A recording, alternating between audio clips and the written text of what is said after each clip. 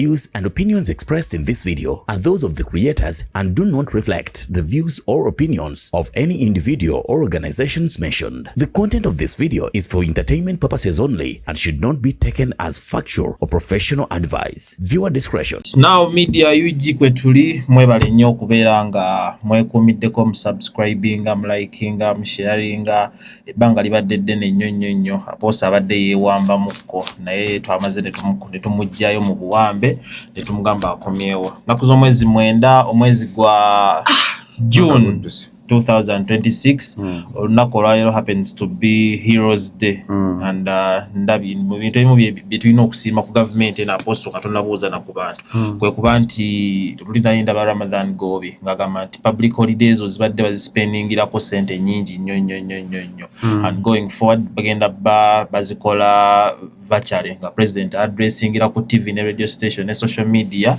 ne bayita abantu batono nnyo so leero ndabye nga mu State House Kasiro bayise just 25 people okubeerawo nga muzeeyi ayogera eri eggwanga okuva mu judiciary okuva mu executive ne n'abasumba nabo ndabye waliwo abakiikiriddeawo and I want to first pick your mind kino gwe kirowoozaako kinga omuntu abadde advocating ku ssente y'omuwi w'omusolo okuba nti ebadde yonooneka. Wano ebyo nabyo abukuusa and I'll give you a reason why. Manyi waliwo omuntu ayagala okulaga nti akuwadde naye nga takuwadde. Budget yaffe badde proposed by the last parliament for this financial year is an 83 trillion budget. Obutabalika 83 trillion budget. Yabadde passed. Kati ku 82 bwe ntunulira emikolo gya government gyonna nagamba Heroes Day, ngabona agamba Mothers Day, Independence zonna ezo naku z'abakyala ze bali ba celebrating ng'ozijjemu zonna mu budget ziri just billion 26. So billion 26 zijje ku 23. Billion 26 zivudde ku butabalika 83. So you've really tried not to remove anything. Oh. Oh, I get the point. 3 trillion or just 26 billion. 26 billion. You get a trillion is 1,000 billions. A trillion So libwa akera permanent secretary nagamba nti aje billion 26 on a budget of 83 trillion. Abali mu kulimba kibangambye nti abantu abatagoberera nnyo byambalirira oba batagoberera nnyo government bo getting excited. But I will tell you that out of the 83 trillion budget that we have, 33 is going to debt management. Kusasula mabanja getulina tusigazeewo 5 mu wao kali katugambe tusigazeewo 5 kwoko kuli trillion 10 okusasula emisala gy'abakozi ba government abatawera mitwala 5 obusigazana ate kwano yongereke endala 7 ku servicing amafuta gaabwe pa DMZ inland travels osigaza 3 kati obo osigaza zikola chezi running egwanga kati naye nkubulire okukulika emiliyoni endala 4 zebagamba sorry trillion emu egambibwa nti egenda okujja abantu mbwavu nga tuyita mu PDM naye nga ate okute trillion 10 noziwa balinga omusala ataposo. So that's why I'm telling you bwokera n'ogamba nti ogyewo celebrations za government nga inayo ziri just billion 26 ku budget ya trillion 83 nze ndowooza nti oba you are just doing a lip service. So for me it does not excite me because I'm looking at the other big anti kati nkubulire mu zino mulimu billion 3 zigenda gula bitumbuwa eri abapaka abakozi ba government okulya abapaka bali mu parliament awo ezo frasika zemulaba okukulya billion 3 omwaka billion ebya naye nga National Higher Learning Council of Higher Learning enoonya billion 8 tebazibawadde teziriwo okusomesa abantu ku revising curriculum and all that. But shouldn't we appreciate at least billion 26 zivudde ko zina malagala gesobola okugula malwaliro zina bisobola okukola ati nakugamba mulago bajiba billion 10 naye nga ababaka batute buli omwe million 315 eby'emmotoka bali baka 5 28 bali mu billion yo nga 6 bagenda okuspendinga ku mmotoka. Kati this for me does not excite me as a taxpayer and I continue. It is very important that people pay a lot of attention to our taxes because in the same spirit mzenjogera nnyo ku bintu bya internet bino how much has gone to ICT to develop more nabade nalufa kati yagenze ke Kenya and is excited about the 5G network. Namulabanga posting ngagamba this is the real 5G in Kenya. So what is the government's deliberate efforts towards the internet? Because young people now are dependent on the internet and the internet of things. So simanyi bowe bayimiridde to enhance such things and of what value simanyi. So for me it does not excite me kugambye ze bajjeko ze ntono ezigenda okutambulira awo ezitali straight up ze zisinga okuba ennyingi. Soko obuze ku bantu aposo babuzaako mwenna in the name of our Lord Jesus Christ. Guno omwezi gwa this is June, the 6th month of 2026, and I want to remind you that we only have 6 months to end there. So tuongere okusaba Mukama Katonda that he multiplies everything 6 times in our finances, 6 times in peace. Omanya abantu tebalina mirembe nga bo naye Mukama Katonda atenga mikulu gye kisinga osobera naye byonna naye nga tuli happy. Naye nze nina kitono naye ndi muntu musanyufu nnyo kuba nafuna emirembe mu bulamu bwange. Twagala Katonda multiplying 6 times mu byenfuna ebyaffe abantu bye tuliko. Abantu balina nnyo anxiety oyo naye ayongera okukendeera n'ebyo twasetinga byonna okubifuna at the beginning of the year. We pray that God multiplies those 6 times as we count only 6 months to the end of the year. So I greet you all, and please I want to remind that follow us across all social media platforms. Church Budget Millennials for Christ Ministries. At WhatsApp number ya 0764000197. So tuandikidde awo. Today happens to be Heroes Day. And ekibuuzo kyange kye nali njagala osooka okubuuza. Does it still make sense of celebrating a Heroes Day? It would have been if it was really intentional. Manyi patriotism tebagiyigiriza bantu bagiraba bulabi. Victors zisobola kuyigiriza kwagala maama wo batata wo bajjajjaawo oba mukazi wange oba mukazi wo olaba bulabi. You respond by the energy. So patriotism in Uganda is not something that we need even to train people. It is something that they will see that their government, their leaders in all different spheres, their church leaders, their local government leaders, their MPs have done for the country, for them to love the country. You don't need to. Unakuta role about heroes. Rwandi badenga, everyone comes out to celebrate. Zinja kuwe chokulabirako. Bokera no ingire nsinga America. I've not been to America, but at least I can see. And also I have people there. Osobola kulabanga abantu omuntu azimbi amaka nena alwana atekeko flag yensi ku nyumba nga it stands with pride. People are proud to be American. Extremely. Ngulaba, it is very deliberate and intentional about it. Ku nyumba ya jizimbi na atadeko flag ya America. It stands. Last time nali wa Fefebus yali yateka flag ya Uganda ku offices ze yazimbe. Pya naye bagimugisayo. Naye katuwane Uganda nze nsobola okuva ku kisaawe eky'Entebbe.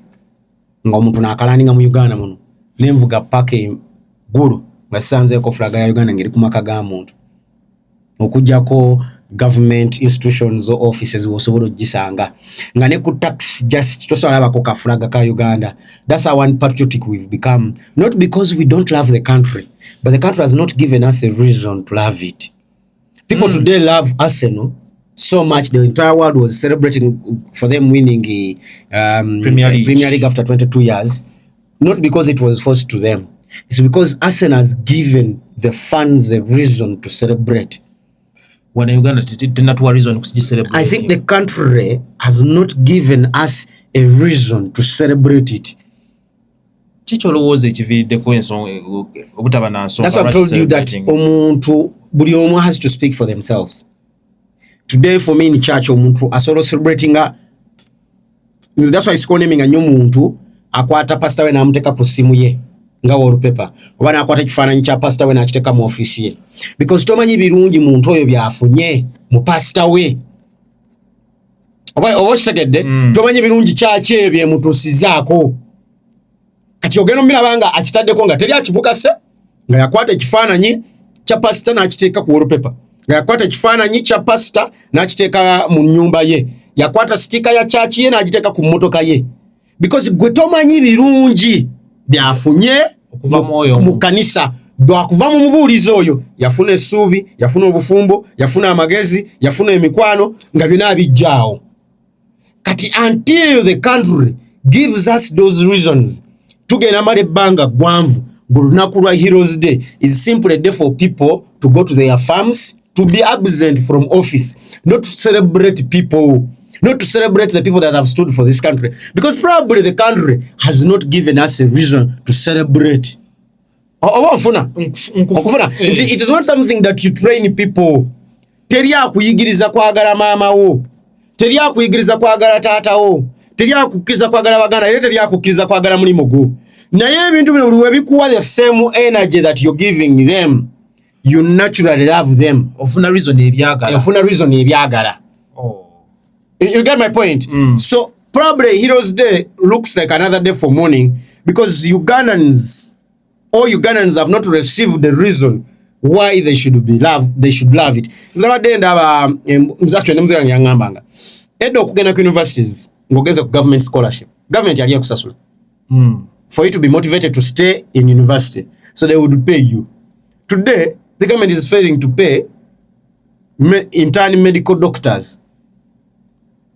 But that time they were paying everyone. Nzebuzanga yampanga ekintu kyokulabira ku nti edda wakite wali nganguzi nnyo. Yamani government yali yekulabira, because my father was a civil servant.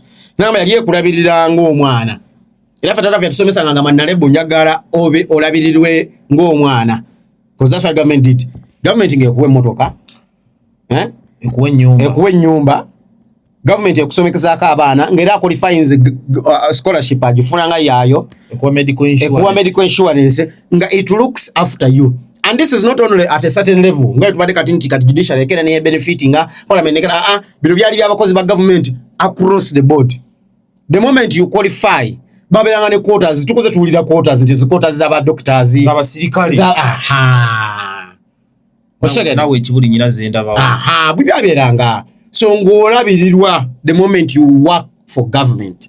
So I think Heroes Day will remain just a day where people subtract a few working hours to maybe to be with the family, because they are not obliged to their bosses to show up at work. But it should be a day where everyone will see it. It's evident. I've told you. So kwambala fulaga yange kyali badenga, it is automatic. Ngane wenye zime nyumba, it is very important. Mana ngera nkula mugamba nti yagala nyoli ne gwanga. But I think they are not those. They think the government has not given us so many reasons for us to do that. And I think this should be indicators for people to say, let me love my country. Nzenja kuwa kecho kulabirako. Right now tulina Ebola mu ggwanga. 2 cases abafudde and probably about 10 abali mu malwaliro. And there are countries that have not crossed their borders. Rwanda has not crossed their borders, but they are also neighbors to Congo. Not that they could not have cases, but the country and the government wants to build confidence that as much as we have a problem in the country, it's not an emergency. It's not a pandemic. Why you get it? Yeah. Just the other week, the president was attending the BAL, the African Basketball African League. He built confidence. You saw him showing up. This weekend they have UB40. Next season, I've seen DJ Spin is going to Rwanda. Bali mukula gandi for them. My weekend nyini bawulamide bonna. Yeah, basket. Yes, they all attended. So it shows you that there are some intentions of the government to create tranquility even when there are pandemics going on. So for us here, we have a head of state that has continued to wear a mask since COVID until today. So I think for us, we have been in a pandemic since 2021 until 2026. Do you believe so bizibu byetu inanga eggwanga is the bad publicity je twekola? Yeah, tujewa katika nkweko leo twala ba floods nga ziri Dubai. I don't know wakwasi nano simi yange nani bali nkulaga it Dubai echirina in part of amateka gajifuga that the citizens are not supposed to put up bad press to the public, because eggwanga litegedde wawe lirya sente litegedde nti byonga Dubai ng'ekibuga lirya ku tourism and trade. So kati gwe tovaayo ate kuba kini mugamba. We are not saying Ebola is not there. No, it is in the country. But is it alarmist? When we are communicating, why should we be alarmist? Or you get it? Let's communicate and say, please, kati 2-3 days ago, abantu babaganya okuva Entebbe ogenda babalabye abantu abadde stranded nga they can't travel.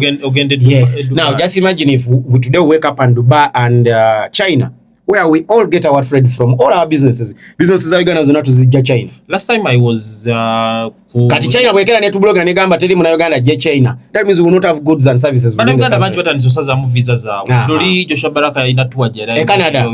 Yes. Na agamba nti Ebola restrictions ne ziliwo visa yibaganya ojje. Kati nato yali mugera ku performance. but nze mukwagala China where wetugenda ne tujja buli kimu ebyamaguzi byonna all goods we get it from China. If China wakes up and throws a stamp on Uganda or East Africa nga bataddeko ne Kenya because we bali musinga okumaking the issue so alarmist ne bagamba you're not going to survive ojja tukanga n'olugoye olunonya nga tolulaba because China wala ogenda dujja maybe Turkey but it is not more affordable than China where people have you get my point.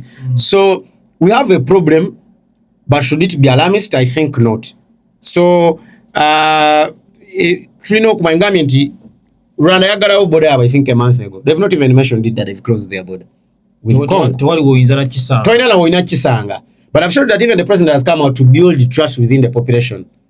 He's attending these gatherings to try to show that it's very important because he's trying to build his city and his country as a true tourism travel destination, and he has put a lot of money to that.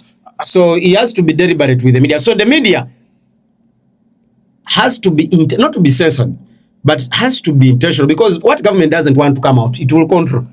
Yeah. Because if today we don't wake up to media center and not them, we are saying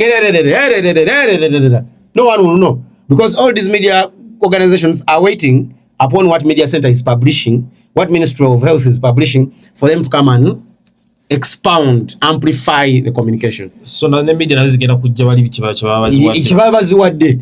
So kuchebola kyennyini I've seen a lot of people raise concerns nga bagamba nti public gatherings bazistopinze ebivulu nalabanga ebivu tebiriyo balina engeri gye babistopinzemu abantu bangi benda badde bateekayo ebikundi memezo nga bagamba atusazizaamu and here we go, churches are still operating balina gathering ez'abantu abangi nnyo bo tewali abastopinze. Yeah, but Uganda Matters stopped. It was a gathering. No, we are talking about the likes of abategekazi Sunday crusades. Yeah, we've said in a gazetted place. So a church is a gazetted place. That's what the ministry has so far said. This being gazetted places. So the church can regulate its people. So it's okay again, ma. Until when we can wait on the government, until when they say maybe the churches should also stop gathering. Today ku Heroes Day. Do you believe abantu abalina okuba celebrated the basinga ba celebrating? Heroes Day, I think, could be in the side of government, should be for people. Abantu government abantu abakoze ebintu ebyakabi mu nsi. The heroes. At a personal level, we all have our heroes. But then they should be national heroes. Nga emidali is no longer ceremonial. Tuwayo betumanyi. Nga awards was Africa, katugamemi entertainment awards was Africa mu Uganda muno. They should be of people who have done impactful contributions. Fugamba nga mulimu abantu abakedde ne bakola innovations eza technology and science ez'amaanyi, abantu abatukoledde amadagala nga olaba impact weeri. Togere ku music. Do you believe mulimu omuntu asandidde okuba omuddaali okuba hero? Yeah, mu music tulina abantu abateekeddwa okubeera ba hero, era ne Luchi nali kugamba nti there are people that should be awarded with doctorate degrees, honorary doctorate degrees, because honorary bakikuwa nti they are honoring you for your outshining contribution. Tuwatula mu class naye okikoze in an exceptional way. Yes. Muntu Africa Band deserves it. They've lived for more than 50 years at the helm of music as number one. It's the most successful band. So Africa Band they are heroes in music. Africa Band also should be honored with a honorary degree. Jose Chameleon should be honored with a honorary degree for his contribution to music. Asano mudali go hero. Yes, agusana. Nyo, without a doubt. Bobby Wine deserves it. A honorary doctorate or a degree for his contribution in music. And also, if he stays around longer in politics, he deserves his contribution for the contribution that he has done to awaken the youngest population, not just in Uganda, but also across Africa. Juliana deserves it. Irene Ambiru deserves it. Well, Sheebah deserves. Yes, Sheebah deserves to be recognized as a hero. Yes, as a hero with a honorary, also if possible to have a honorary degree. Why? Man, I've told you that I've always told that Sheebah, other than the other guns, other than Bobby Wine, Bebe Cool, Chameleon, Reddy and Weasel and Eddie Kenzo, there's no hit machine of the 21st century since it began closer to Sheebah. So Sheebah deserves a hero, man. Then wetuda muba Katemba as a whole, waliwo ba Alex Mukulu. Alex Mukulu. Alex Mukulu needs man oyo kazanyikirizo wa amani. Alex Mukulu yono bamunya. He deserves it, man. Oyo that gentleman is a hero. Would you give it to the Ebonies? Yeah, Ebonies, yes. Oh man, fete kuze tulaba Ebonies ku UTV nga tena Africa na UBC. Ebonies, Dr. Bosa, massive. That Dr. Bosa needs to be recognized. Ati ani omulala banange nkutaida abantu amunjabera birabade huge contributions. Abantu abalabenda bawo just lwakuba tekyawangala nnyo na Eagles would have qualified if they were still solid. Eagles would have qualified if they were still together. Kafeero. Kafeero, of course. Kafeero was already recognized. But I know mdali. Alina omanyi wakibamita Golden Boy of Africa. Obugundi wa Bungereza bwe bajimuwa. Inga omanyi Kadonkamu is like bamwane Benz for that. Kadonkamu is like country music mu wazungu. Oh. Yalinga country music wawe. So Kafeero is a Golden Boy of Africa. Most sports we never deserving okuweba Onyango. Hero. Onyango. David Onyango. David Onyango. Dennis Onyango. Dennis Onyango, he deserves it. Dennis Onyango contribution. Noli omuvuka just wakwaya mpisa zamani eziserera. Abadde coach wa URA. Gwe bano Obua. Is it Obua? Obua. Oyo wafo oyo mutegedde omudugavu. Is it Obua? Yali mu yasambira ke Scotland. Oba yasambira yoko naye yali abadde manager wa URA, coach one just recently. Then mamujire naye yali ku national team nga amanyo gayo omudugavu asibakono. Why Obua, something like that. Kuba ne tata ya gusamba. He also deserves it. Mpira sikumanyi nyo gwa wano. Mu misinde tetuyinayo. Misinde of course oyo mukyala ndoza yagufuna n'okufuna. Nzikulu. Teri yasinga popularizing misinde nga nzikulu. Nzikulu yawanga ndoza nalinga primary nga 6. That's like 2005. So yasinga popularizing okudduka. No muvubuka akoze sente nyingi. Akoze sente nyingi abo na bebe. They really deserve their contribution. Then mulimu abantu Jeff Chiwa. Manager Jeff Chiwa. Jeff Chiwa is exceptional, needs to be a hero in the music industry. He has managed the best talent.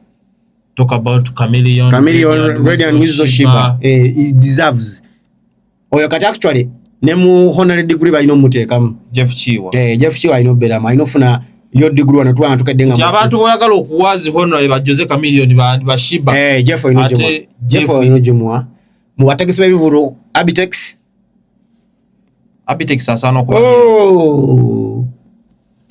Wabe yalimu bantu abatandika okutegeka abayimbi ba wano. Nga talese bakongo nga tegeka bana Uganda. Bobi Wine ba Chameleon oyo Abitex deserves. Balam Bargahare. Bargahare is just simwagala kebe bintu bye. Byagaya ni yejjako nga atategera ate nga ategira. But Balam also deserves to be a hero. By the way, muati mulimu abantu banji by the way. Muati mulimu ababevu bakonyeko, manager oyo mukonyeko. By the way, Steve Genius. Steve Genius would be honored, man. He's amazing. He has done a lot. He has done a lot. Cuts. MC. MC Cuts needs to be a hero, man. Gwe kasi chomanya buli akola kyakola kati bakopa kati. Buli MC. Teriyo MC kati nga takopa katamba. So the list is endless, quite endless. Abataliko bamanyi nti balina kukola nnyo. Tolina bewerabidde. Kuba kati nero singa wali twandibadde tusobola mu. Naye time kati short. All right. Mbozi ya Heroes Day yeyo. And tugendeko ku story endala aposo. Week eyo je tumaliriza omugenzi Prince Paul Job Kafeero, the Golden Boy of Africa. Bamuzikudde yafa 2007 around in March. 2007 I was in senior 1.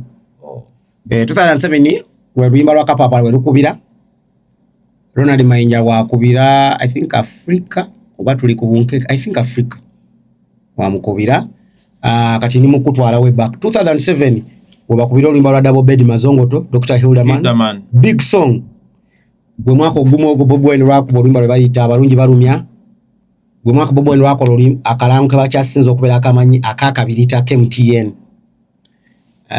kyekirala ekijuzukira mu mwaka ogwo bingi. So Paul Kafeero after 19 years nga amaze okufa bamukooti yalagira ne bamuziikuula era minisita Balamu ekintu ekyo yakiyinamu omukono ennyo. He was a close friend. They were extremely close. N'ensonga ezimu ku ze baawa zaali z'abaana kukola DNA because ensonga zino zaali zirudde nga weeziri naye nga bakola DNA ku bantu nti baali ba Luganda lwa mugenzi. Gwe mwaka 2007 is still the year Bebeko lwakola oluyimba lwe bayita Bafudde lwaleeta omuyimbi wano gwe bayita Ganja Planter Street Jam. Ojjukira Ganja Planter ya Ganja Planter Bebeko lwagala n'emmotoka Range Rover eriko Bafudde.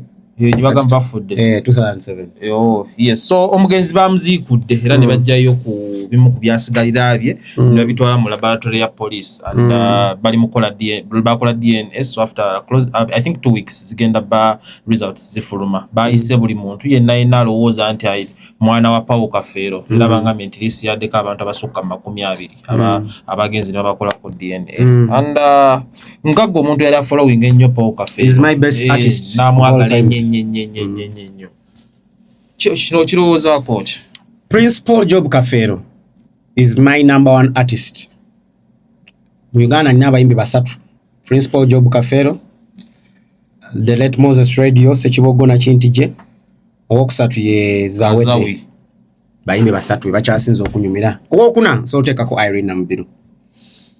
Naye Prince Job Paul Kafeero nze nkuze muwuliriza. Ate omuntu yamunjagaza yali mange. Mama wange yayagala nnyo Paul Job Kafeero. My mom is of Rwandan origin. Naye be bantu abakulira mu Buganda muno. Kati ate n'ategera nnyo Oluganda nti yali alusomesa n'oddusomesa. So my mom yayagala nnyo Paul Job Kafeero, one because of his voice but also because of the reach in Uganda that Paul Job Kafeero had. The richness and the wealth of knowledge.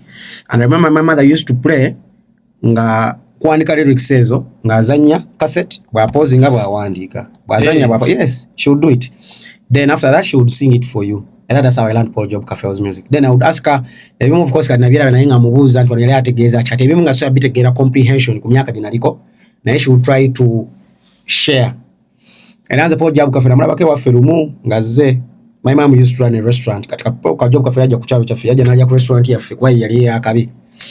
When I'm mulaba, but my mom had pictures of Paul Job Kafeero. Yamunonyanga nnyo ne mbivu kampana nje na mulaba. That's how I got to love him so much. And as included the band music na kadonkam.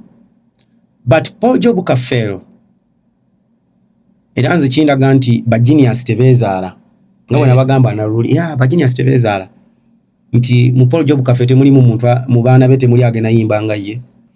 Nelson Mandela teri agenda kola bya bufuzi nga ye. Basambi ompia teri agenda samba nga Messi. Teri omubana be no Cristiano tajja gusamba. Teri omubala Kidube teri omwana wa Kidube yali ayimbye nga ye. Mu ba dictators zibona abatugumye ngeze gwanga lino teri yo bana be bali bafuzeeko. Saddam byamulema, Gaddafi byamulema, Mugabe byalema. Abantu bezaala bokka bajja lumune Kafeero yakyogera ko n'agamba nti nze najja lwange susuubirwayo kuzuulwa mu balala. Yali yakiyimba. And okumanya Kafeero was a very big genius. Teri kiriwo kati nga takyeyimbako. Tekiriwo. Era kyongamba nti abantu abagezi bamanya bali more strategic than emotional. Naye abantu tebabamanya. Omuntu omugezi yemanyako obunafu bwe n'amaanyi ge ate n'apreemptinga n'ekijja okubeerawo mu maaso.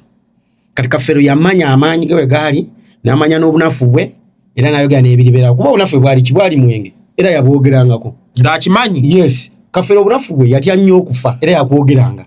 Kafeero yamanya obunafu bwe nti abaana bajja tawaanya era alina ennyimba ng'ebisigalira by'abafu. Ebyo byonna bye bali mukola kati yali yabyoyimba dda. Bino bya Buladina story weeri yali ntuufu. Byonna yabimanyanga n'abiprotectinga. Era n'agambanga abaana be nti ze siinaayo bya bugagga bye nina okuggyako information gye balekedde mu ntambi ezo. That's what I hear that he used to say. Partly yabimba nako. Kati wali oluyimba lwabagamba nti muleke kwasanga lutimbe mu kisenge kyange. Nze kinuma nti ennyimba za Kafeero nzitambuliddeko era zinjigiriza ebintu bingi on a personal level. naye kinoma nti abaana baate basiru nnyo kubanga they are not beneficiaries. Abasiru batokivuze nnyo. No, that's the honest truth. Paul Job Kafeero's children are extremely very stupid. That us who are not his children, we have learned a lot from his music, but his children have not. That's why I'm saying ate kibi nnyo Katonda yakula ebintu nti ate omuzira teyeezaala. Like all great people. DNA eyo Katonda tasobola kola replica. Negena nembali tekiriyo. This is unfortunate truth. Church kuyisa abaana bana abasiru. Because omanyi bana basiru lwaki? Bino byonna Katonda bikambye ntata yabibogerako yabyogera. Bandi badde bazanya ntambi. Bandi badde bazanya music. Ne bawulira tata abwe kyabagamba. Mu state mu mbeera ngeno gye tulimu eyokuba nti abaana bali mu because kankuli ebyo balwanira tebiriiwo. Kaki tata abwe yabalekera akaya nti ayina kizimbe Kampala ndikirimu $1 million. Tikiriiwo. Bintu bya bulya tata waabwe ebintu bya balwanira tata bwe yabikola mu myaka gyabwe. Nabamu bakulu ku tata waabwe bwe yabikolera. Because Kafeero died young man 36 37. So bandi badde bakola. Bandi badde bakola. Ne bongerako. Bandi badde bakola ensonga ezaazo omwana omulenzi mu maka kano kankibabuulire era buli mutabani wa Kafeero eyo kukola gwe kusingako ku taatawo. Nze taata wange bwe yalinga omulamu namugamba ebintu ebyo nekubacha kuno mbadde mbigamba mu group ya F1. Nali taata wange namugamba ebintu bisatu. I will be more famous than you. He was famous around his groups and his village. Namugamba ngenda somo kusinga nekira I'll have a better family than you. Bintu bisatu. Have you achieved? Bibiri nakabimukuba. Era bana soko okola degree ya soka namugamba kati kusinza okusoma. Era ne mukwata mu ngalo. Nenga naye ngenda kweyongerayo nkusingira eddala. Ensonga lwaki taata azaala omwana omulenzi kukira kw'ebyo bye yakola. Naye kimu making her proud. Kimu making her proud. Naye ate abaana ba Kafeero bo baagala kutwala taata bye yakola. Kyeva nkugambye nti basiru nnyo kubanga for them they have not benefited from their father's music that has educated many of us. Kafeero yayogeranga ku bufumbo n'abunyonyola mu ddakiika 12. Nga professor ne bawandika akatabo. Oyizo obutabitegeera. Tuwetaaga bisoma. Kafeero anyonyola obufumbo mu 12 minutes. N'agamba nti abula ali bweguya oyo ali buwangaza simanyi. N'ayogera ku ddiini, n'ayogera ku mukyala nti olina okummanga abaana b'abalo. Kuba buli mwana wa musajja aba wa musajja aba wa kika ekyo. N'ayogera n'abumala. Kafeero bwe yayogeranga ku kukola n'akunyonyola okukola kwe ki? Kyeki? Obukakkamu awali obinyiga. Obwetowaze n'okujja mu bantu. Okukola si kwe kugabana. Byonna ng'abikunyonyola what happens in hard work. Kafeero bwe yakeranga n'akunyonyola ku bantu nga nnyonnyola abantu. Alina olumukuza ensinga okwogera bayita ab'emikwano. Yannyonnyola omuntu kyeki. N'agamba nti omuntu acuka nga bire byankuba. Ate yatukiraba kyeki. Aha. N'agamba nti omuntu alinga kapa osobola okuzannya nayo gikwata mu kibatu. Tikisoboka. Alina akantu kasinga okwogera akannyumira. Yagamba nti osobola okujja ewange Victor. N'oneewulako olugwero ngamba naye bakasati akunakaagadde. Nate bwe okagenda muno okasangamu ekiku n'otajja kuŋŋamba Nalebo nasanze ekiku mu lugwero. Ate era n'ogamba apo. Kibannango kimanyi ng'engoye za Nalebo zirimu ebiku. Naye ng'ate wandibadde okola kya buvunaanyizibwa. Okukomawo n'ogamba nze yakujuna. Kakola sense ako. Akasemberayo ddala okumanya nti oli yali genius. Yagamba nti bannange twawula obusosoze n'okumanya omusaayi gwo. Nzokera n'ensembeza abasoga basiri musosoze. Kuba kumanya mu busaayi gwange. Kuba n'ende tugatta yemu. Kubera enkuba bw'etonnya nsoka kuddukira wa muganda wange. Bogenda okwogera olulimi lwe lumu. Kati Kafeero yali annyonnyola ebintu mu bulamu. Nzapudde nze sirina olulimi lwa Kafeero lwempulira. Buli lwensuulira ne nsitawuliramu kintu kipya. Ebanga Bible. Wadde waluwulirako. Ate nziwulidde n'emyaka 33. I've listened to the songs all my life. But let me tell you, each time I'm listening to Paul Job Kafeero's music, it is new. Owulira leero n'owulira amakalo nga tuli twakawulira. N'owulira leero tuli n'okawulira tukawulira. Kati nawunya bano abasiru abagamba nti yabazaala. Osagedde okubanga bo tebalina kye bayizemu. Let me tell you, nze buli wembako kinjagala okuyiga ku wemba Bible yesooka. Ekyokubiri eba Paul Job Kafeero. Yanyonya ngambye waba yogera ku waka yakinyonyola. Waba yogera ku bufumbo yakinyonyola. Waba yogera ku mikwana yakinyonyola. Waba yogera ku kati Paul Kafeero yayimba oluyimba lwe bayita Kampala mu kooti. Yali ayogera ku bizibu ebiri mu Kampala muno mu kibuga. But Victor, ebintu ebyo tebivangawo mpaka na leero yanga kankubulire. Bye yayimbako luli. Bye bikyaliwo. Yayimba bye nnyina ati yakugamba. nti omuntu aba avuga emmotoka n'atomera embwa ku kkubo n'evundira ku kkubo okwo naye ate abakesisi we bajja bagenda ne bakwata owa bbuca nti atunda ebyenda biwunya naye ng'ate balese embwa si wekiri wekiri n'ayogera ku kwetunda nakuyakulabako n'ayogera ku bamakanika okubanga bakyafu bo obucyafu okukufuuliranga ddala omulimu banyirira ati kugambye yabyogera emyaka 2 emabega byebiriwo kati teri kyali kikyuseeko mu nnyimba ze kyali ayimba ng'akuwulira ebizibu by'omu Kampala muno byetukyalina n'akugamba nti owabboda baamukutte avuga nga talina pamiti ne bamubuuza pamiti eriwa n'abagamba nti enkuba etukuba kuba ffe tuli babboda pamiti zaatutobako kyo tuvuga nga tetulina si byebiriwo era excuse gye bagaba so aposo n'ayogera ku baawumeme oba aba UEDCL okubanga bateekayo emiti bateekayo bawemula byali bivuddewo nyina be nasanga luli emunyonyaawo nebaaba ebigambo bakubawo bya ttani n'ayogera ku bukyafu obuli mu kibuga muno nti saaluni ekola wali oli atunda butunda byakunywa ate bamusanze ng'alina enviri mu byokunywa n'agamba nti oli yamwedde mutabulike omulevu gwe kujjira empewo n'egusula mu byokunywa byali bivuddewo aposo ku muntu anoonya omuzadde we wani musuubidde kukola ki ng'abaana ba Kafeero nze sigaana kyakunoonya identity nze sikigaana but at what level do you go Victor nze waliwo emyaka gye ntuukamu nga wekibanga kyetaaga kujjayo taata wange kumanya bwenzaalirwa nkireka ate kingasa ki ntandika ekika ekyange you can't ashame that man nze ekinnuma nti yabiyimbako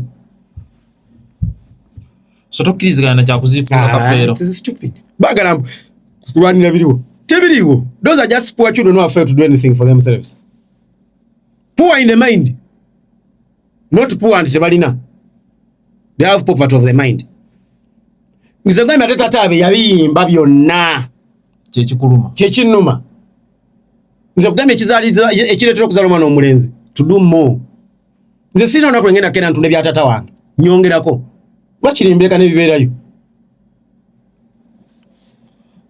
you get my point naye abo abaana balinapo ate bannange nga bali mu ggamba music afe ngambe namulabako olumu atawoze etoddira naye nkusiba nti banja batagenda beera baana be anti abantu abamumanyi bakugamba ffe katobe tukumanya yali atamira okusinga okuzaala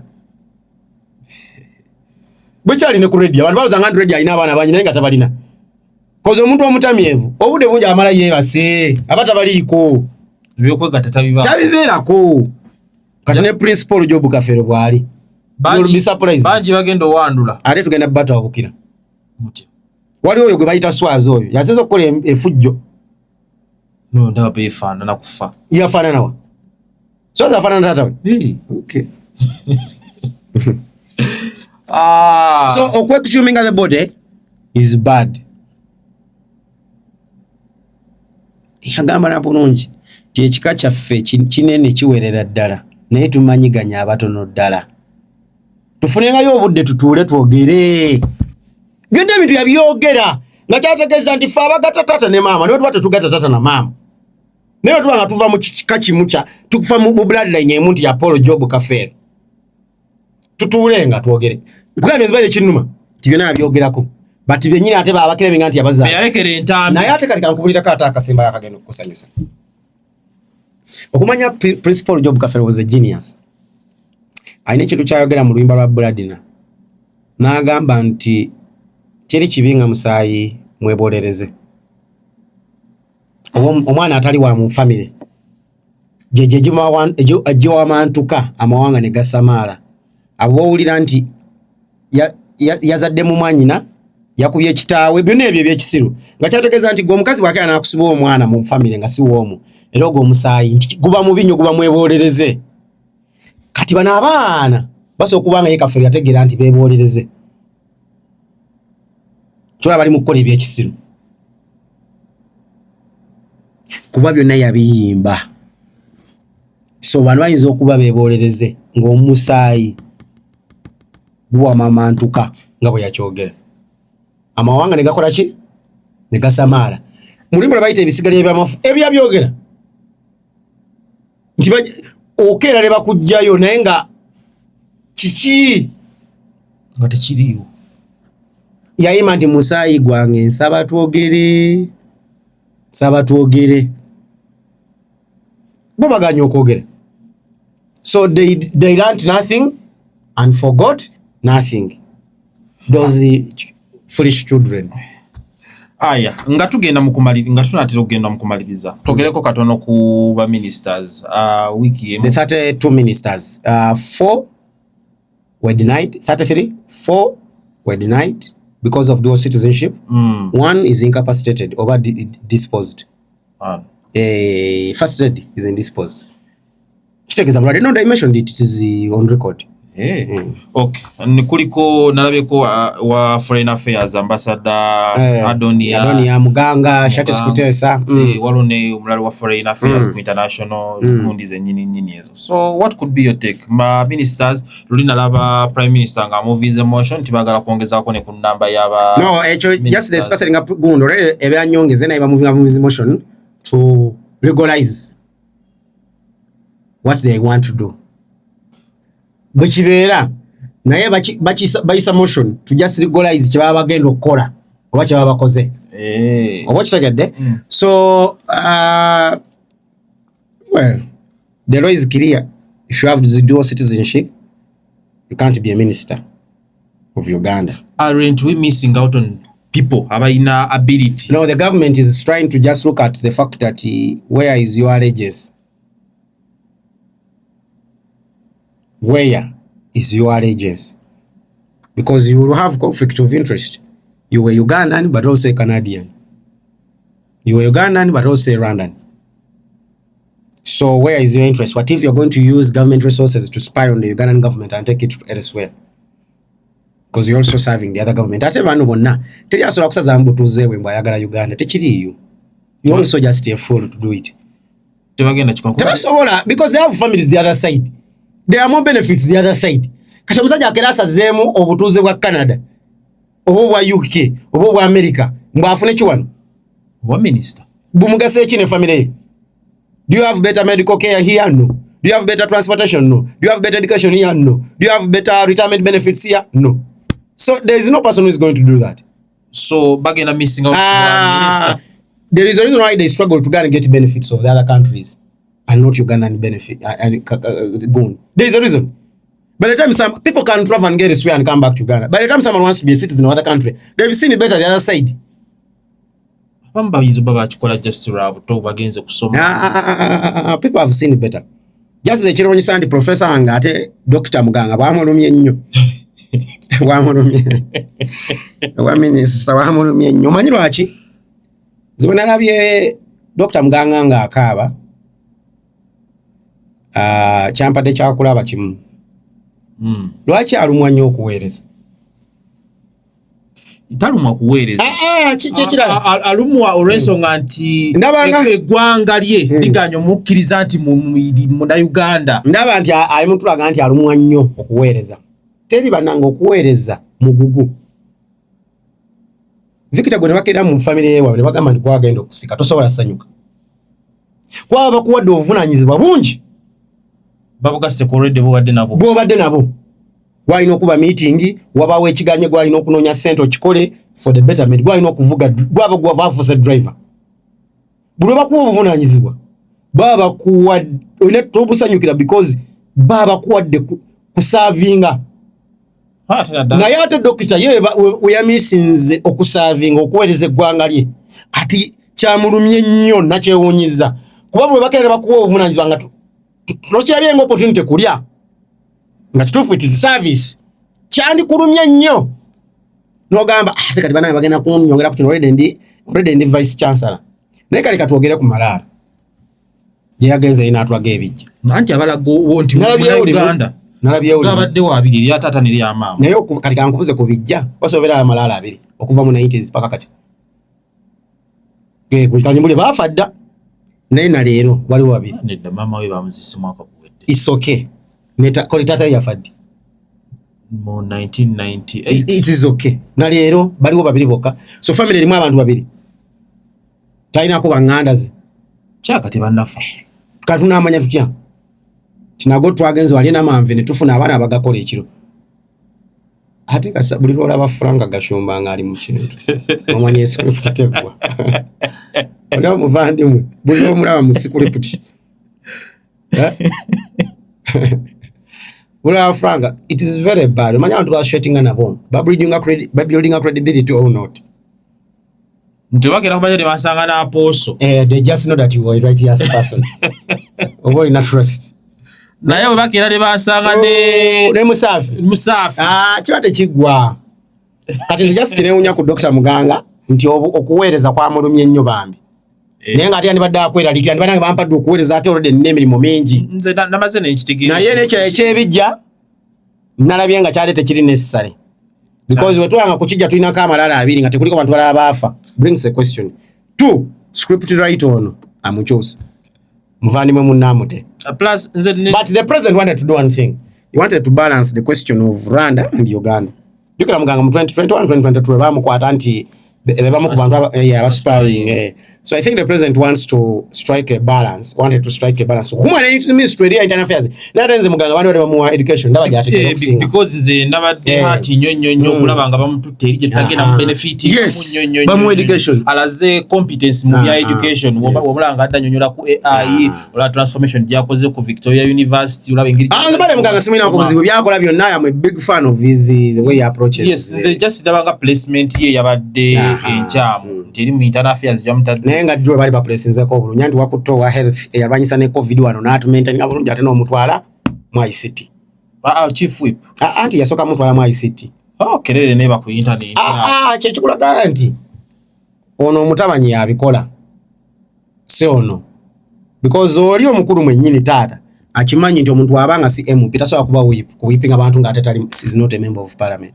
Senga mutabani adabikola senga. Anti mutabani abikola. Bali omunsi yali badde akomawo. Anti omutabanyi n'ekojja be babikola. And they are not politicians. Okategedako. Naye ati n'okwata oyo oli obadde omulekayo n'otamuleete no mubwa whip n'obulekayo mu health kuba alaze nti asobola. Naye ate n'omugjayo n'omuteeka eno. Ate ono asobola education ate n'omuteeka mu internal affairs. Ate n'okwata Attorney General amanye ebyamateeka n'omuwa mu defense. Era mwana yagambye nti buli lwenkeera nenzijukira Minister of Health waffe yani nzuukuka n'enywa amazzi n'enja ne ku menvu. Ng'ategeeza ati. Akantu ka Sheebah ka raisinze dust mungi nnyo yatandise okutuwa ku ba guest ab'enjawulo. Nalabye yalinako Joanita Kawalya. Mama Joanita Kawalya ne boogera ebintu bingi nnyo naye kyasinga okuraisinga concern yengeri Joanita Kawalya gye yagambamu abantu yalawamu Sheebah amagezi namugamba nti Joanita Kawalya. Well, I don't want to talk about her personal life. I saw nalaba mzee Kagato nga yagera ku personal life ye n'engeri gye yakuzibwamu kubana ye mzee Kagato was saying that Joanita Kawalya bakuzibwa abaana mu 18 not one month. So she would be in a better position to understand. Naye nze njagala kwogera on the generality of life. Bannange mu basajja teriyo nti ono mwana wa bbali. Musajja taba na mwana wa bbali. Aba mwana wa musajja. Omwana w'omusajja ne wabazaala abaana mu bakazi bataano baba bakika kimu. Oshagede? So babaana ba musajja. Musajja tabanga kuna mwana wa bbali. Omwana w'ebbali omwana w'omukazi. Kuba batali wa kika kino. Omukazi y'omuntu yakasobola kuba n'abaana nga babika byanjawulo. Omusajja abeera n'abaana nga bonna ba kika kye. Oshagede? So omusajja tabeera nkuna mwana wa bbali. Abeera n'abaana be. Ate ko kusaidia omukazi. Kyotegeeza kyo kabasa kugamba nti lujja. Nti si wa mu lujja luno kitegeeza ntali mu maka gano wa mwana mu maka malala. Just a home. Naye teriyo omwana wa bbali. Ekyo bantu balekera n'okikozesa. Kya busosoze kya kisiru. Okitegedde? Abaana b'omusajja munaba bakika. Mama Joanita Kawalya ensobi gye yakoze omanyi social media ene creating zenye excitement mu bantu abamu. Ngate they are good when they are quiet. Or they are bright when they are quiet. Ne mama ali awo. Mbona abantu betwa twesikira lwa mama fine ebintu bye ku social media yo omuntu gwe walinga tosana kusubira nti asobola bikola. Ne social media be exposes. But Mama Joanita Kawalya ensobi gye yakola yo. Kamanyi wali emyaka gyotukamu nga tochalonda side. ng'otabaganya.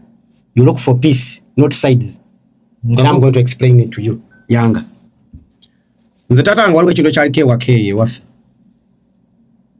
Naye njogera kyaki. Omusajja ene kanjogere omusajja omu yawasa basista bange babiri.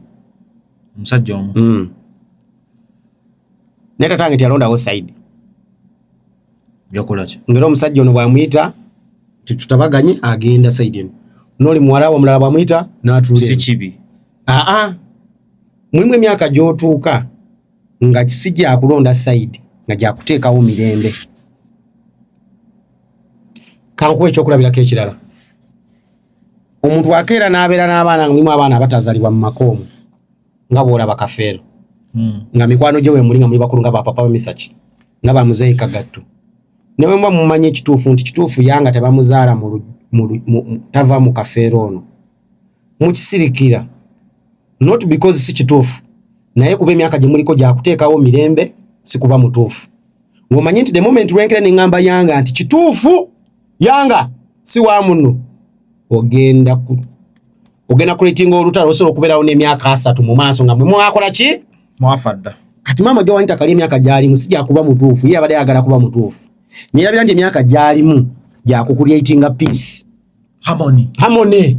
Nti kati elder alina kujja kugamba bano generation yeno nti guys, it's not about being right, it's creating peace.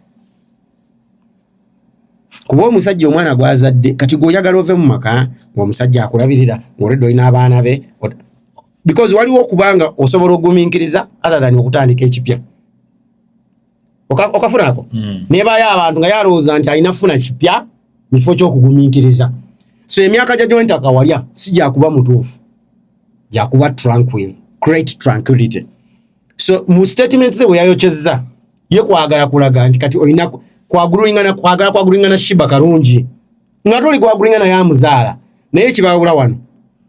So yadda asudya mugagga. Yabadde asudya mugagga. Ekyo kirabirawo kiriro ki. Ageze ku post-degasiyo mugagga kati nga sudi migaldem. Kyayogera kirina okukwatagana n'omugagga kyakkiririzaamu. Naye mu kitima akimanyi nti emyaka gye bamaama bakozesa kati nze kankulire me I have the best. I don't even want to call her stepmother. I have the best mother. Akyaliwo nga maama wange. Mwogera. Teyankubako, talina nakono na sula njala, talina sina wesana ke anemwogerako na kibi. Alina lyansa suya school fees nga tatanga alemereddwa. Ninga si yanzaala. Nake anangamba bulungi nti tatanga nake amunyini anangamba nti nalemereddwa okusasula fees naye akiki yazikuwadde. Akiki yampadde sente zikola ki? Ezikutwala ku ssomero. Kati ebyo bye mwogera eyo nkugambye nti olina emyaka gy'otuukamu nga just gya creating tranquility. Nze maama wange yafa naye era nsigadde ndi n'oyo omukyala. Life moved on. Lives on. Era maama wange yafa nga nkuze. But what I mean, she has been the best mother to us. Nekyo gamba nti step mom ndaba nga kizibu nnyo nakwogera kuba maama wange. Kikumenya. Kimmenya. Is a mother. Nze nsomedde mu maka ge. Nga wenva ogenda ku ssomero when I was in the day.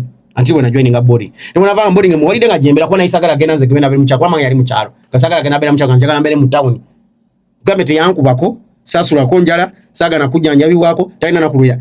Actually nga yakugamba n'okugamba nti nsoka kweralikira gwe. Singa kweralikira gwe kusinga kweralikirira abanga. Kuba abange bajja kukimanya. Nego ne bweka nsa kuwanya mu jagama nti sijukwa kuba tuli maka. Oba get the point. So bino bye boogera bino butamanya. So mama jo wanta kawali ave mu kwagala okusudi y'omugagga. Ade ku kituufu ngayo omukazi omukulu akimanyi. Okusiza ku mbozi janabe ya muzeeyi Kagatto. Babaza abaana 17 abo teba ba mukazi omu. Naye bona bakola ki? Bakuzibwa. So teri yo mwana wa bbali nga wa musajja. Abaana b'omusajja bona ba musajja kuba bakika kitya? Kimu. Ne bwekera nembera n'abaana mu bakazi 5. Bona bagenda bera n'ekika kitya? Kimu. Era bana bababuuza nti tata mmwe yani ekika kyo ya gwani? Awo tutandikira. So bino byomugamba muso akuza mwana atali wange. Mwana kugamba nti atali wona ajja kuyamba ababu. Kuba ababu basobola kuba ebiwumba tutu. Kuba bona baana.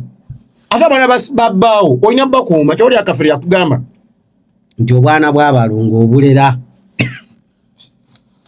Kuba baganda boono gwe golina tomanya biza tukawo mu maaso. Baba baganda be bakika kimu. aya so jointa kawali ave mu kwagala okusudira omugagga kuba yagenda ku podcast y'omwana gwazaala ate ng'omwana yalinamu emyaka gya yalina mu amafuta Joanita ayogere ekituufu kuba emyaka gisijja kuba mutuufu gyakwogera kituufu kuteekawo mirembe nga wekikunyonyodde kutabaganya Apostle World Cup atandika ku Lwokuna okukosa enkya okukosa Spain na Brazil ze timu zange Africa toyina gyewagirayo Africa omanya nti sigiwagira nekirala nsowagira Argentina olwa musajja wange oli Messi but Spain first and Brazil. Argentina first ne Spain nejja Africa sigiwagira is I've never found the African football exciting. Ila ne jine jano local league sibirawa. They don't know how to play. They are out of formation. They have no order. They are not nice. So sina chengenda bawagirako. Pagira zile timu ebbiri. Spain, Brazil, eyokusatu Argentina because of Messi. Inaenjagala potegeve ku group stages zao. Cristiano agene mu retirement. Ali. Mwataina chiko. Taso achifuna. Awo tumukubira wokaawo buli baleta debate atubagamba we've lifted what ate munange olaba bintu byesiridu ane abavuka abababi nga tebavudde mu mpira tekujja kukakkana naye Cristiano n'amala kisitula ku luno simanje tugenda badda abagizi ba mani naye Argentina naye atesobola okizaayo tajuusa nnyo banje Di Maria bokabe balinga abavuddemu coach bakyalinayo abasambi abasinga abali coach yakugambye nti for him he doesn't coach, it is Messi who does it. Kyogedde yakyogedde so ngenda kubira alimpagira Yamal eno mpagira omusajja wange Neymar olimpagire Neymar ina mapa tinalabya akaviiri bakataddeyo dda oli stab mwana mwagalo mwana ina amalala go bana kale bye until next time see you.